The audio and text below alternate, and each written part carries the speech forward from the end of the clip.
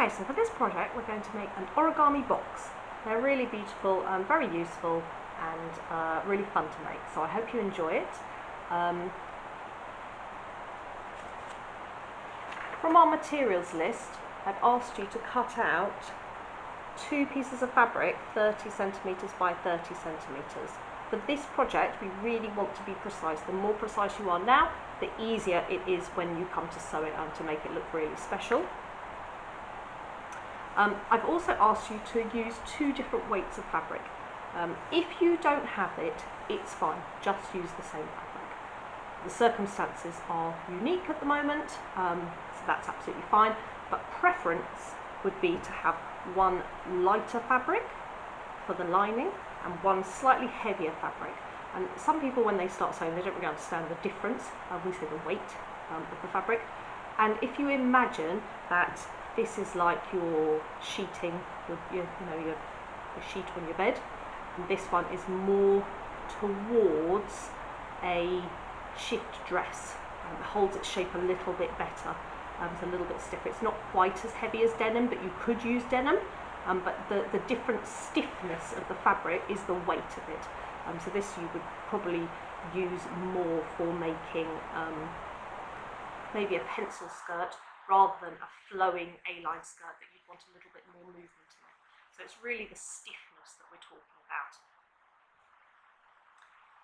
If you just had 2 lighter pieces of fabric, in normal circumstances, we would put interfacing on one of them. So interfacing you buy, it comes in a big sheet, and you would cut the size that you wanted, and it's on one side it has you'll see some little dots, which is actually glue. You place the spotty side down and you iron it on, and that will give the stiffness to your fabric to make it a little bit heavier. Okay, so you could obviously do that. Because of the circumstances at the moment, it's perfectly fine to just use 2 lighter weight fabrics. The box will be a little bit floppier, but it will still stand up and it will still be very useful and beautiful. So don't worry too much. Really, at the moment, it's about the exercises of learning how to make things. Okay, I don't want anyone to get too caught up in the details. Okay, so we are going to take our 2 pieces of fabric. Obviously, as I said, we're making sure that they are cut accurately today. We're building on the skills that we've learned before, and just getting a little bit improved. So we're going to try and make sure that our square is nice and square. It's a good idea to fold it diagonally and just check that it's lining up into a nice triangle. If it's not lining up at this stage, then it's probably not going to line up down the line. Okay, so just double check those, and we're going to put them together right sides inside. Now this doesn't have a right side and a wrong side, so we'll just put it down, but make sure that your print is into the inside. So the right sides together, give it a little pull, and we're going to pin this into place. So we're going to pin it into place, and I'm going to pin each corner first, just so I can tug it along and make sure that the fabric is sitting nicely across the whole piece, matching up.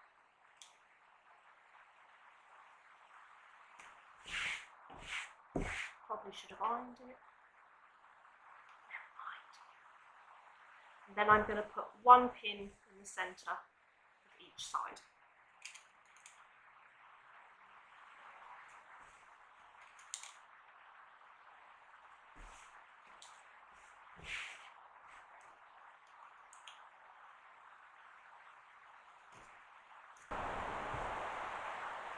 On one edge, we're going to leave a gap, okay, open. So I'm going to place my pins across, marking the gap, so that I can see that my pins here are going to mark the gap that I'm going to leave open. And we're going to take this over to the sewing machine. So I've got my 2 pins across, and I'm going to start sewing on this side. And I'm going to place my foot down with the edge of the foot alongside the raw edge of the fabric, and I'm going to use the foot as my seam allowance. Okay, so just here. I'm going to check that my stitch is on a straight stitch and the length is around 2.5. I'm going to remove my first pin and I'm going to stitch down, doing a reverse stitch at the beginning.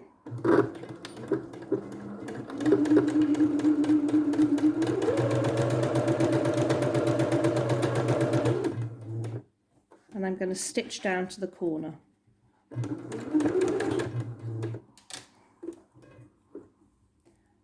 I'm going to lift the foot and pivot it round and double check that the edge is lining up nicely with the edge of the foot and come down the next side.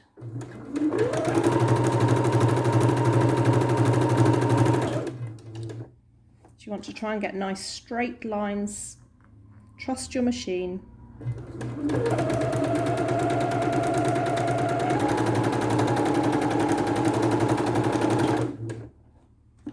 Take your pins out as you go.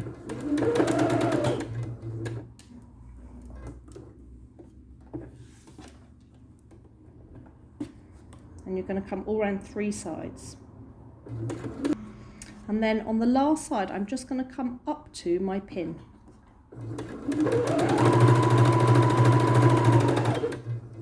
And then I'm going to do a reverse stitch. Okay. Okay, so I've stitched all the way round and I'm going to chop the fabric across each corner, just like we've done. We do that on every stitched corner when we're going to turn it the right way round. Making sure you don't cut your straight stitch.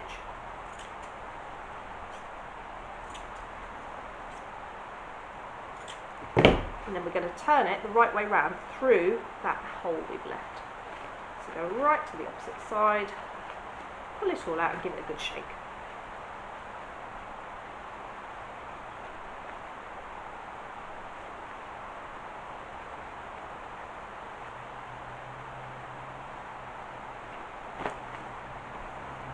Again, just as before, we can use our scissors. So I tend to push into all of the corners first, and then I'll use my scissors just to press in to get really nice points. You definitely want to get nice sharp points on this project. And if you've got your iron handy, it's a good time to iron it now. 1, 4. Okay. Now you've made a tiny little pillowcase. You could stuff it and you could stitch up the hole and you've made a pillowcase. If you imagine, I always like to let you think about other things you could create on the way. So you could have decorated the front piece of fabric and then put it together like this, stitch up the little hole, and you've got a personalised pillow for somebody. But we're not doing that. So we're going to go back to the sewing machine and we're going to sew back around the whole square, and we're going to use the same seam allowance as we did before, but we're going to push the needle over to the right. Okay, so like when we're doing hemming, we push the needle to the left. This time we're going to push the needle over to the right so that we can have the smallest amount of seam allowance. So we're just using the edge of the foot and we're sewing very close to that edge. I'll show you obviously when we get to the machine. If you cannot work out how to do that on your machine, hopefully it'll be easy. I think there are some models that you can't do that. But don't worry, just sew in the centre where you would normally sew. That's absolutely fine. Okay, so we're going to go around and we're going to stitch all the way around 4 sides, and that's going to close up our hole that we've left open. Okay, at the same time. So I'll see you over at the machine. Okay, so we're closing up this gap. We're going to position our fabric so that the edge of the foot is lining up again with the edge of the fabric.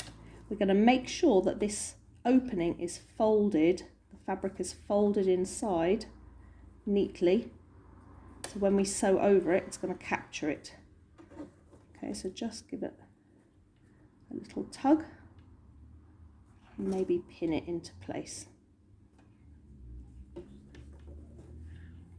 We're going to move the position of our needle so that it's over on the right. Can you see it moving? So if you have a width and you move the width over to the largest, it should move that needle over. If it doesn't on your machine, then don't worry, we'll leave that. And we're going to sew all the way around all the sides, okay? Because we're going all the way around, we won't reverse at the beginning, we'll reverse when we come back on top.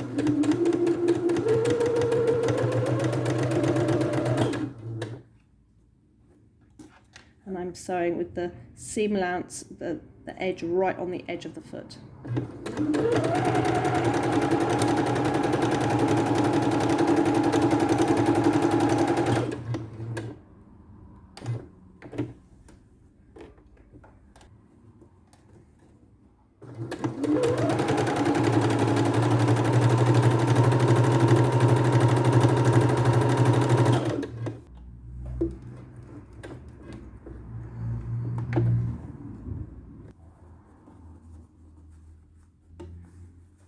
I'm just rolling it to make sure that the edge of the seam is right on the edge. I'm going to run out of bobbin thread.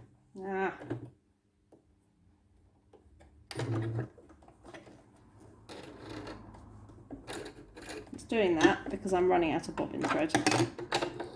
See? It's getting caught. I'll just change that thread.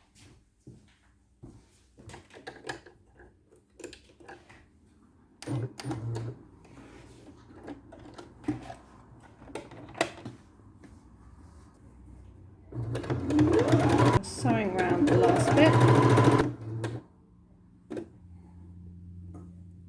Where I was, you can see where my thread was running out before, the stitching's gone not very nice. So I'm just going to unpick that little bit. I want to show you this because things always go astray. It is perfectly fine. It does not matter how many years of experience you have. Things will go wrong. And that is okay. So I'm just going to unpick it. Look how easy that is to unpick. Okay. You may notice I've turned my fabric over.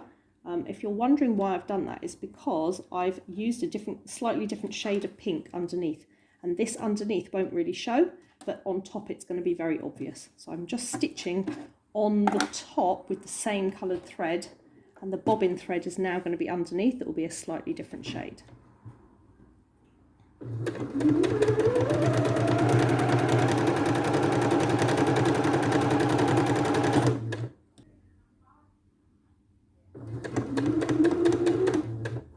So when I get to the end, I'm going to come and go back on top of my original stitching and then do a reverse stitch. Right, so we've stitched all the way around the outside, so it's nicely secured down. If you wanted to put buttonholes in the corners, this would be the time to do it, and you would put it diagonally across each corner within those within the stitch line. However, I do not ever put buttonholes on these projects. It is a useful time for me to demonstrate using the buttonhole on your machine. So I'm going to do a separate video at the end of this video just to show you how to use your buttonhole function, which is just a nice thing to know how to do. I always hand stitch the buttons on in place because you don't really want to be able to open and close them, then it's not really necessary. However, it is a good opportunity to practice using your buttonhole. So I will show you the video, and then if you wanted to put them on, now would be the time to do it while it's flat, and you would put it on the inside layer. Well, obviously it will go through both, but on the corners diagonally across the corner, okay, just in case you wanted to do that. So we're going to move straight on, and we're going to mark our fabric. Now we're going to mark it on the right side of the fabric, and we're going to draw a grid across it with our chalk. So if you have been using a biro, don't do it on that because you need something that's going to be able to wash. So if you print out the grid and have it next to you, it does make it a lot easier. So we're going to mark each side of our square, and we're going to mark it into quarters.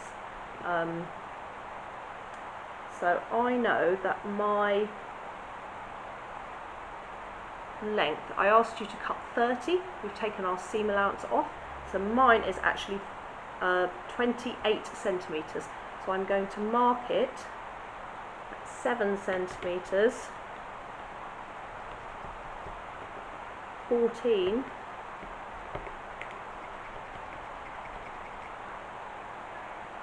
and 21. And I'm going to do that all the way round. So I'm marking the centre and the 2 quarter points. This is where sewing becomes quite mathematical.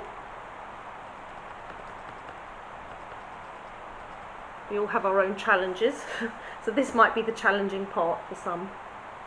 Or this might be the part that some people really enjoy and find the more creative side more difficult. Okay, so once we have marked our 3 marks on either side, we're going to draw a grid. So we're going to go first of all we're going to draw the centre cross. So I'm going to go across the centre and across the centre in the opposite direction to create a cross. This chalk will just come off, so it doesn't matter that we're drawing all over the outside of our project.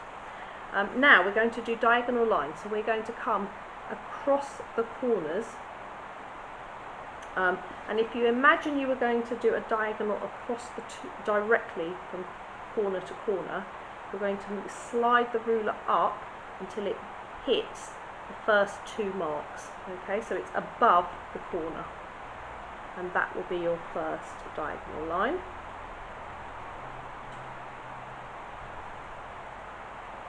And do try to be nice and accurate with this.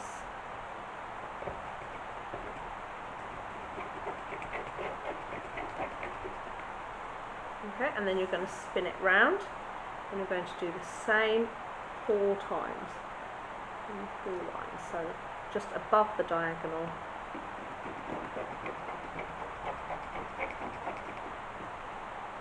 Spin it around.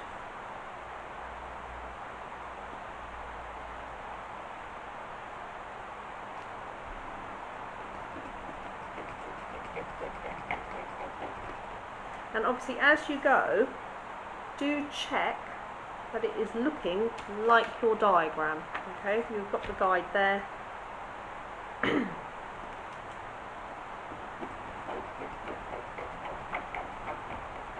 And what you should end up with, how well you're going to be able to see my markings on here, what you should end up with is a square in the centre and then these angled lines coming out from it. Okay, we're going to take each side, we're going to fold it in half, right, so the lining into the centre, fold it in half, we're going to pin it, in your centre mark you will see there is a diagonal line coming down from that to the fold. Okay, and that is the line that we're going to sew down. So I'm going to put a pin alongside that mark, and I'm going to go over to the sewing machine and I'm going to stitch this diagonal line into place. Okay, so we're first going to check our stitch. So we want to have our straight stitch. We want the position to be the normal central position, which on this, I move it to 3.5. The other way to, if you're concerned about getting it right, is to change the stitch, come back, it'll reset it. So come down, and the length we want around 2.5. So just make sure your needle's in the centre. And we're going to follow the drawn line, just like we did in the first confidence exercise. So we're going to place our fabric underneath, and we're going to stitch. And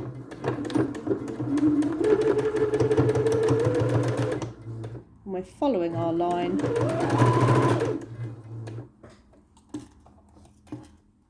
Straight down.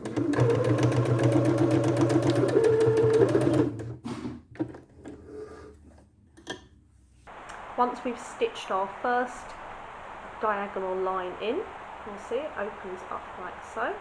Okay, we're going to work our way on the next side and do exactly the same. We're going to repeat it 4 times, so make sure it's folded in half nicely, pin it into place,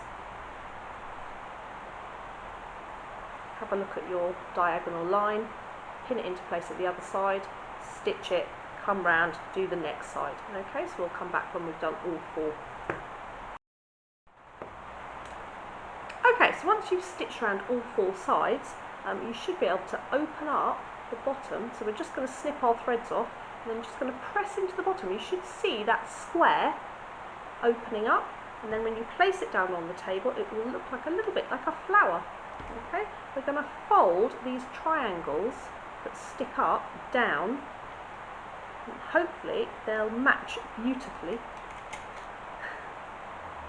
and we can pin them into place. So fold each flap down across the front,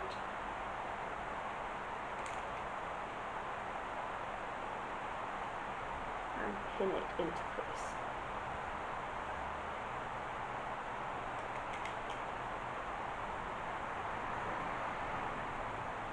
This is where you see all your wiggly stitches. That's okay, doesn't matter. Look at that, fabulous. You can open up these little corners like so. Put a little corner.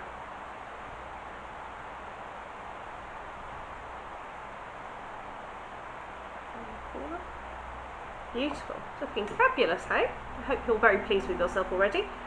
So we're going to put some buttons on, and I've got these really lovely mother of pearl buttons, any buttons that you've got available, and we're going to hand stitch those on. If you had put a buttonhole across earlier on, then the best way to mark it is to place your pin through the buttonhole, and then obviously this would lift off because there would be an opening there, and that would mark underneath where your button needs to go. Okay, but we're just going to place it where we want it. I'm just going to pop it on here, and I'm going to sew with my needle and thread from under the flap straight up through the buttonhole, so that the knot goes under the flap there, out of the way, and then I can come down the other hole, position it nicely, and straight through to the inside.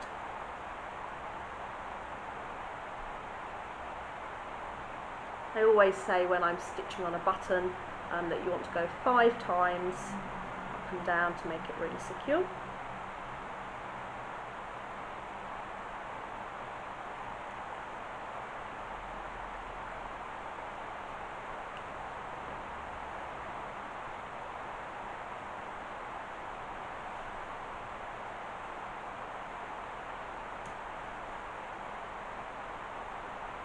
And you're going to repeat all the way round. We'll just tie a knot in the back when we're done. And quite often when I'm hand stitching, I just do 3 stitches on top of each other to tie it off. So it's a quick and easy way of securing it. So if you have completed this project and the shopping bag, you should be really, really proud of yourself. Take a moment, admire them, they're beautiful, really, really useful. You can try it in different sizes, so just start with a smaller square and do exactly the same, and they'll come out different sizes. So you can make a whole selection of the same fabric in different sizes, or to play around with different fabrics. This one has a thinner fabric on the outside and the stiffer fabric on the inside. Doesn't matter which way round you do it, just play around, have fun, take a moment to just appreciate what you've done. Okay, that joy and that pride, show off, post on our Facebook group, show us what you've made, take enjoyment, take that moment of satisfaction and pride. It doesn't matter if there's a wobble here and there, and it doesn't matter if everything's not 100% perfect. I'm sure they are absolutely beautiful, and I can't wait to see them.